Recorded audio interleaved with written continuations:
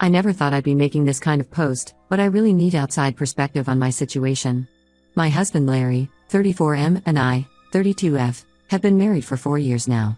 We met at a construction industry conference where I was representing my company as a project manager.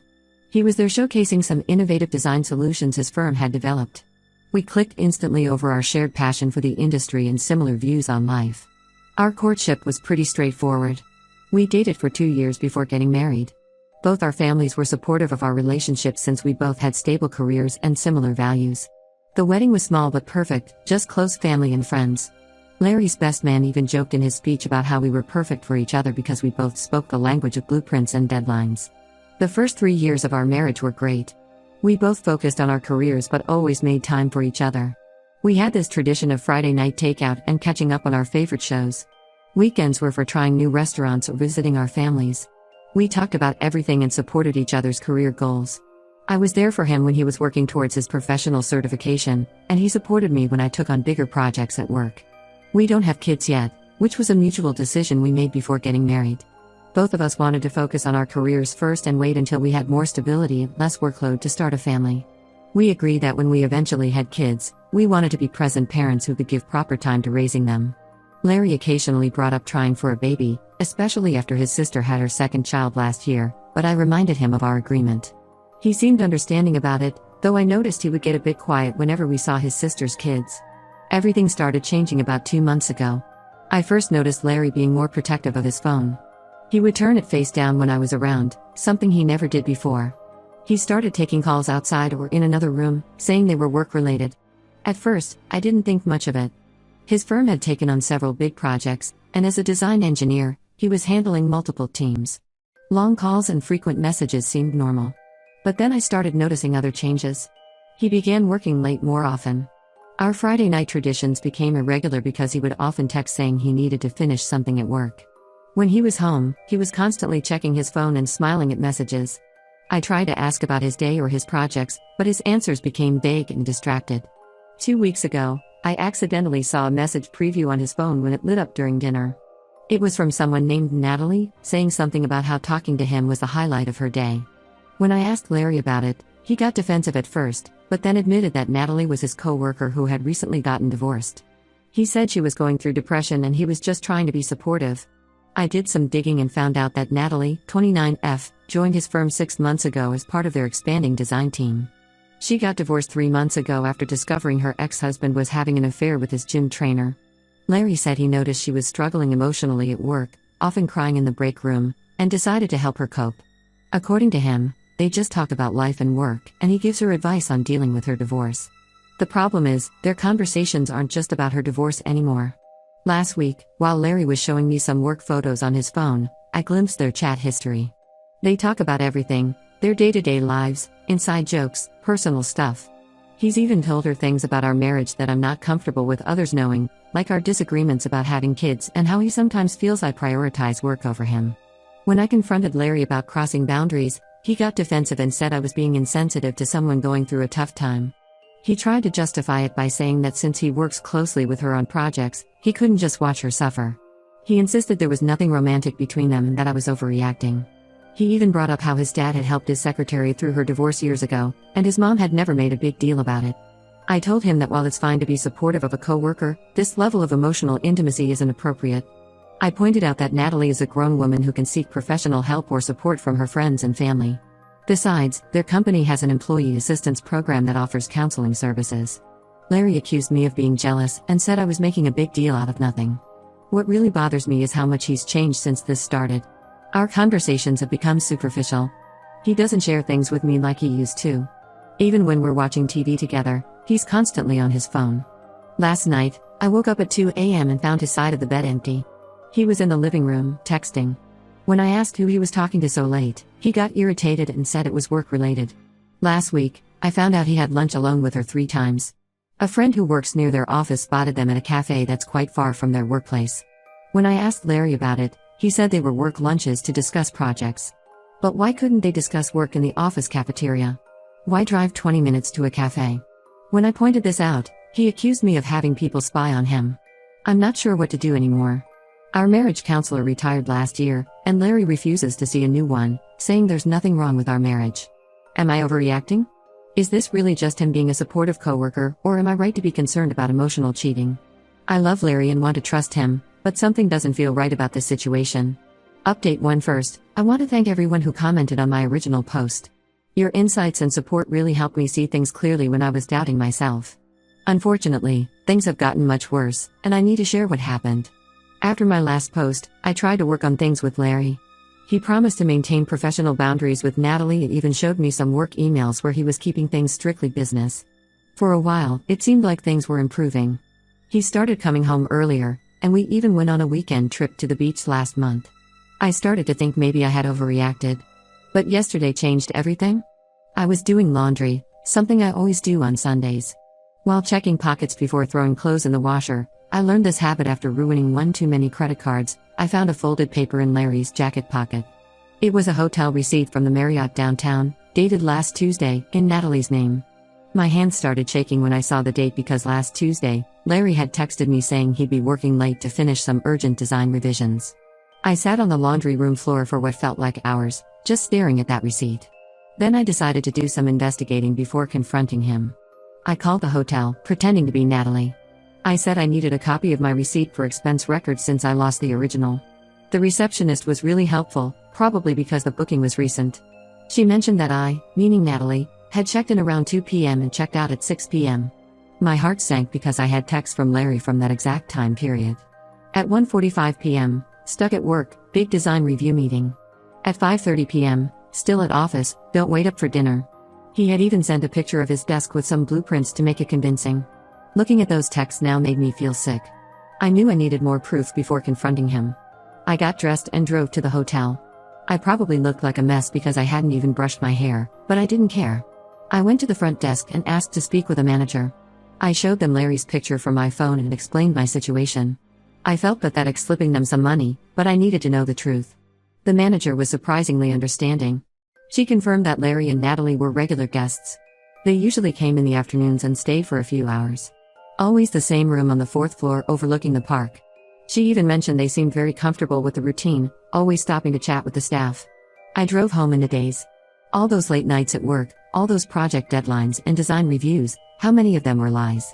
I parked in our driveway and just sat there, remembering all the times in the past 6 months when things didn't add up. The random work dinners, the weekend design emergencies, even that conference last month that he said was mandatory. When Larry got home, I was waiting in the kitchen with the receipt on the table. He walked in talking about his day like nothing was wrong. Then he saw my face and the paper on the table. I've never seen someone's expression change so fast. At first, he tried to deny everything. He claimed Natalie must have used the room herself, that he had no idea about it. When I mentioned the hotel staff confirmed seeing them together, he switched to saying it was just one time, a moment of weakness. But when I brought up the regular visits, he finally broke down. The emotional affair had turned physical 3 months ago. He tried to justify it, saying things got out of hand, that he never meant for it to happen. Then he had the audacity to blame me. He said I was always working, that I didn't understand his needs, that I kept putting off having kids. He even brought up how Natalie really listened to him and understood him in ways I never did. I lost it. I went upstairs and started throwing his clothes into garbage bags.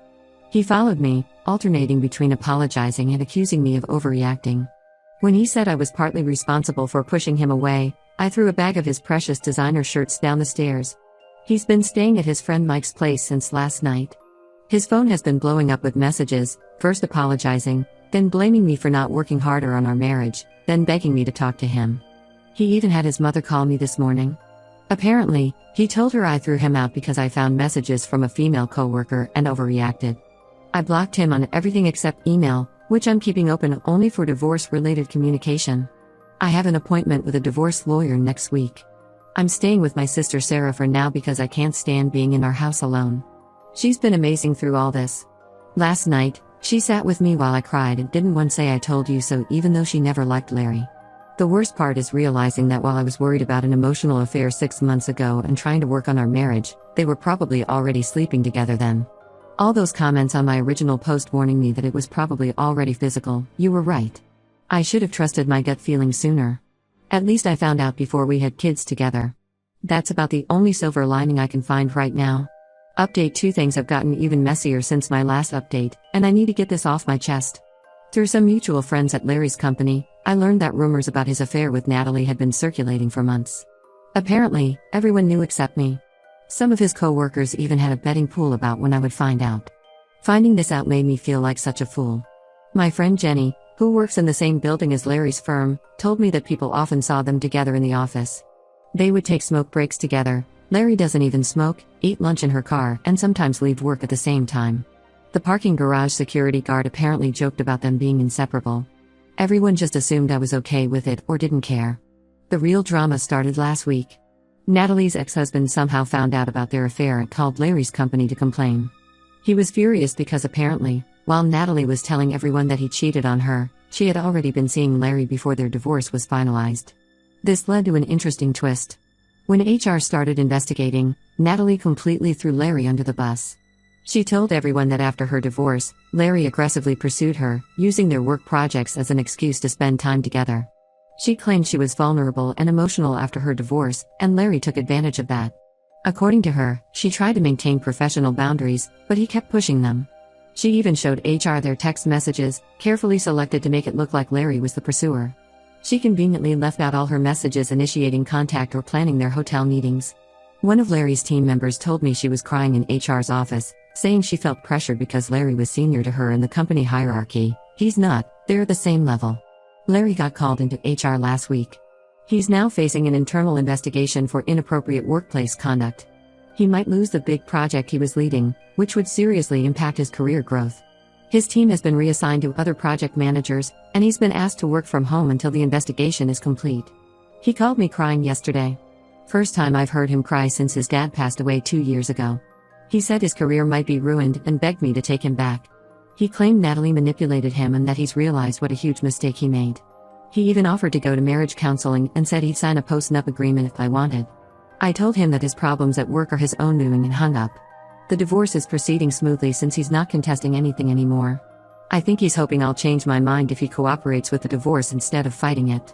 His mother keeps calling me too, saying we shouldn't let one mistake ruin years of marriage. I finally blocked her number yesterday. I've already moved into my own apartment. It's small but peaceful. No more checking phones, no more analyzing every late night at work, no more pretending to believe obvious lies. After moving out, I found a box of old photos from our dating days. Looking at them felt like looking at strangers. We were so happy then, or at least I thought we were. The funny thing is, last week I ran into Mike, Larry's friend who he stayed with after I kicked him out, at the grocery store. Mike apologized to me. He said he had no idea Larry was staying with him because of an affair. Larry had told him we were having issues because I was too focused on work and neglecting our marriage.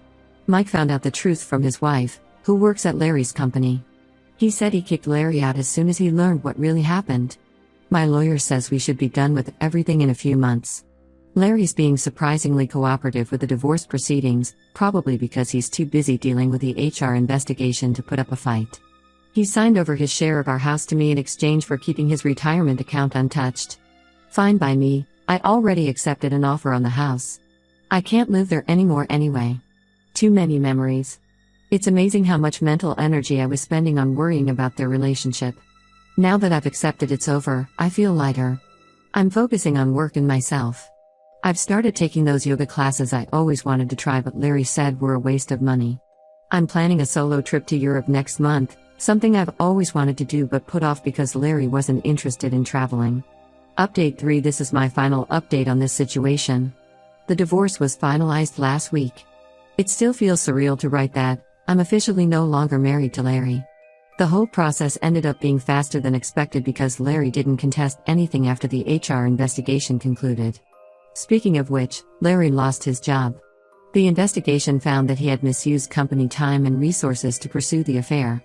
They also found that he had assigned Natalie to his project specifically to spend more time with her, bypassing the normal team allocation process. He was given the option to resign instead of being fired, which he took.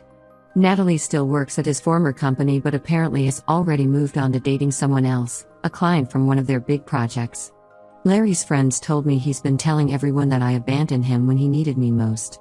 He said I kicked him out without trying to work things out and that I took advantage of his vulnerable state during the HR investigation to take everything in the divorce. I don't care anymore what story he tells. Larry tried to contact me one last time after the divorce was finalized. He left a letter in my mailbox, 5 pages of self-pitying explanations about how he never meant to hurt me, how the stress of work and our delayed family planning pushed him into another woman's arms, how he realizes now what he lost. He wrote that losing his job made him understand how I felt when I lost my trust in him. The letter ended with him asking if we could meet for coffee sometime, for closure. I threw the letter away without responding. I don't need closure. I got all the closure I needed when I found that hotel receipt. My sister wants me to forward the letter to his new employer. He finally found a job at a smaller firm, but I'm done with revenge. The best revenge is moving on and being happy. And I am happy. My company offered me a promotion that would require relocating to another state. It's a bigger role with more responsibility and significantly better pay. I accepted it without hesitation. Fresh start, new city, new life. The moving company is coming next week. I sold our house for a good price. The market was surprisingly good, and being a project manager helped me stage and present the house well. I'm using part of the money for a down payment on a small condo in my new city. It's closer to the ocean, something I always wanted but Larry said was impractical. My sister helped me pack last weekend. We found my old travel journal from before I met Larry, full of places I wanted to visit. After my promotion kicks in, I'm planning to take 2 weeks off and visit Italy. Larry always said Europe was overrated and preferred beach resorts. Funny how many of my old dreams I put aside without even realizing it. It's time to close this chapter of my life. I'm in a much better place now, and I know I made the right decision. Moving to a new city where nobody knows my story as the woman whose husband had an affair with a coworker feels incredibly liberating. Here's to new beginnings.